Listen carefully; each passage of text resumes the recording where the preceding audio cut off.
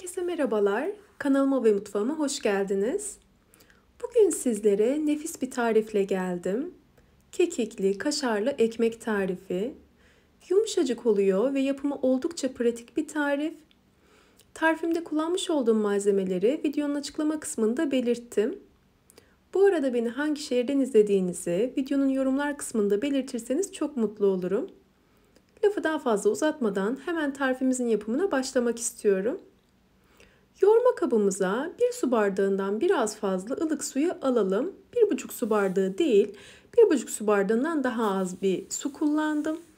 Üzerine 1 yemek kaşığı toz şekeri ve 1 dolu tatlı kaşığı kuru instant mayayı ekleyerek şeker çözününceye kadar karıştıralım.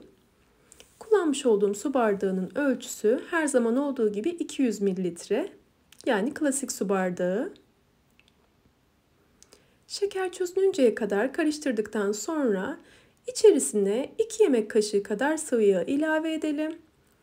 Ardından 1 adet yumurtayı da ekleyerek tekrar karıştıralım. Suyun ısısı önemli. Ne çok sıcak olmalı ne de ılık olmalı. Yani parmağımızı içerisine soktuğumuzda elimizin yanmaması gerekiyor. Ilıktan biraz daha sıcak bir ısıda olmalı. Ayrı bir kapta 5 su bardağı unu hazırlamıştım ben. Unu kontrollü bir şekilde ekliyorum. Unun bir miktarını ekledikten sonra üzerine 1 tatlı kaşığı tuzu ekledim ve karıştırdım. Biraz kıvam alıncaya kadar spatula ile karıştırıyorum. Sonrasında elimle yoğurma işlemine geçeceğim. Yumuşak, biraz ele yapışan bir hamur olması gerekiyor. Ekmeğimizin sonrasında puf puf yumuşacık olması için en önemli püf nokta bu. Hamurumuzun yumuşak bir hamur olması gerekiyor. Bunun için unu kontrollü bir şekilde ekleyin. Bunu da her seferinde belirtiyorum. Püf noktalarını özellikle belirtiyorum ki benimki olmadı demeyin. Eğer belirttiğim püf noktalara harf harfiyen uyarsanız yumuşacık puf puf kabaran çok lezzetli ekmekleriniz olacaktır. Ekmek tariflerinde, poğaça tariflerinde hamurun güzel bir şekilde yoğrulması oldukça önemli. Bu da önemli bir diğer püf nokta. Hamurum toparlandıktan sonra artık un eklemeyi bırakıyorum. Elime yapışsa da elime yapışa yapışa hamurumu yoğurmaya devam ediyorum. Gördüğünüz gibi hamurumuzu ne kadar güzel yoğurursak o kadar güzel mayalanacaktır ve piştiğinde o kadar güzel olacaktır. Ve hamurumu yoğurmaya devam ettikçe dokusu daha da güzelleşiyor. Gördüğünüz gibi birkaç dakika boyunca bu şekilde yoğuruyorum. Sonrasında mayalanmaya bırakacağım. Biraz elimle toparlıyorum. Ve üzerini kapatarak mayalanmaya bırakacağım. İlk olarak streç filmle kapattım. Sonra üzerine bir örtüde örterek 40 dakika kadar mayalandırdım.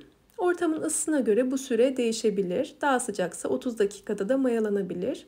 Hamurumuzun hacminin 2 katına çıkması gerekiyor. Hamurumuz 2 katına çıktığında istediğimiz gibi mayalanmış demektir.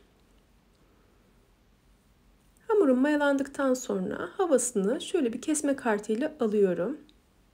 Biraz yapışan bir hamur olduğu için bu aşamada elimi sürmek istemedim. Bir spatula ile de toparlayabilirsiniz böyle bir kart yoksa elinizde. Sonrasında yağlı kağıt serdiğim fırın kabına alıyorum. Bu aşamadan sonra elime yine yapışmaması için hamurumun üzerine çok az miktarda un ekliyorum ve elimle açıyorum yuvarlak şekilde. Yumuşak bir hamur olduğu için çok rahat bir şekilde açılıyor. Gördüğünüz gibi hiç sizi zorlamayacaktır. Eğer hamurunuz bu kıvamda olursa çok rahat bir şekilde açabilirsiniz.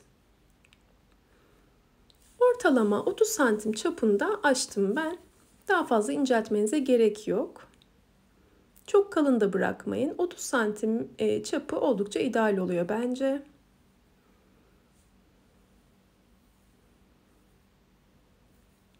Her yerinin dengeli bir şekilde olması için özellikle avucumun ortasıyla da bastırıyorum. Her yeri eşit kalınlıkta olsun. Sonrasında hamurumun üzerini kapatarak bir 15-20 dakika kadar tepsi mayası yapacağım. Tepside hamurum mayalanırken üzerine süreceğim sosu hazırlıyorum.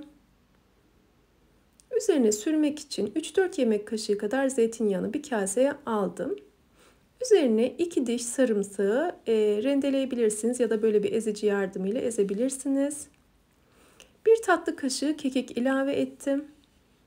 Kekik çok yakışıyor bu tarife ve çok az miktarda da tuz ilave ettim ve tüm bu malzemeleri güzelce karıştırdım. Üzerine sürmek için bu sosumuzu kullanacağız. Az malzemeli ama inanın o kadar lezzet katıyor ki bu sos. Bu sürede tepside hamurum da mayalandı. Artık şekil verme işlemine geçebilirim. Dilediğiniz şekli verebilirsiniz. Ben pizza gibi dilimlere böldüm. Dilerseniz küçük küçük kareler şeklinde de hazırlayabilirsiniz.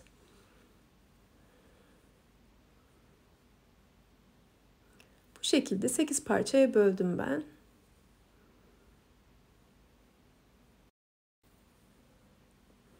Sonrasında üzerine hazırladığım sosu fırça yardımıyla dağıtıyorum. Her yerine eşit miktarda gelecek şekilde dağıtalım.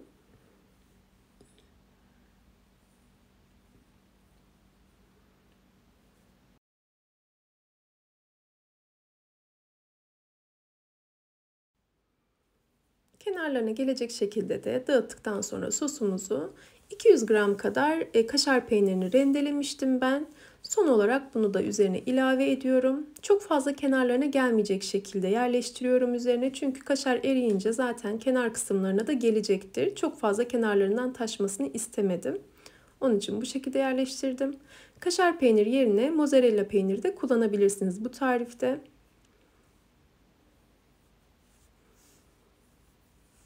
Fırınımı diğer tarafta 180 derecede ısıtmıştım. Önceden ısıtmış olduğum 180 derecelik fırında ortalama 20 dakikada benim ekmeğim pişti. Fırından fırına pişme süresi farklılık gösterebilir tabii ki.